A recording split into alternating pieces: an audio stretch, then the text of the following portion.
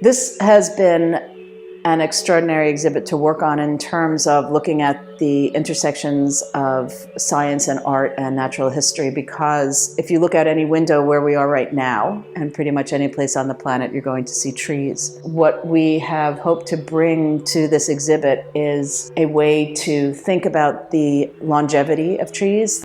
So Angela and I tried to use a variety of media so that we would create a more immersive exhibit than just having things be static. And through some of what we have is drawings that also incorporate photography.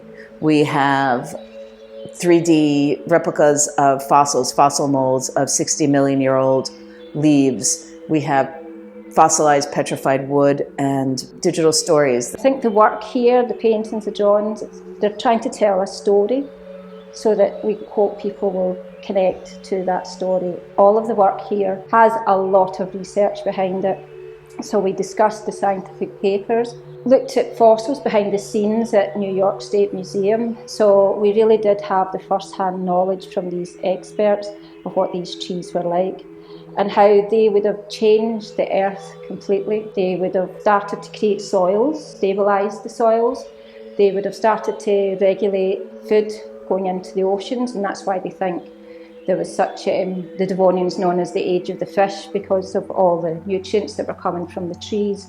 They wouldn't have had leaves as we know them now because the CO2 level is too high for them. They had unique growing systems as well, like one of the trees would have ripped itself almost apart in its tissues to grow up taller, and that's what they were trying to do. They were trying to compete to the canopy to get the sun.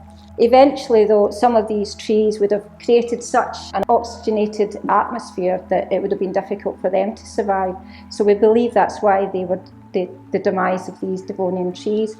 And a lot of them developed into the trees that we actually now use for coal. So we've ended up going in a reverse way, where these trees created our atmosphere, then their demise created all our coal fields and gas.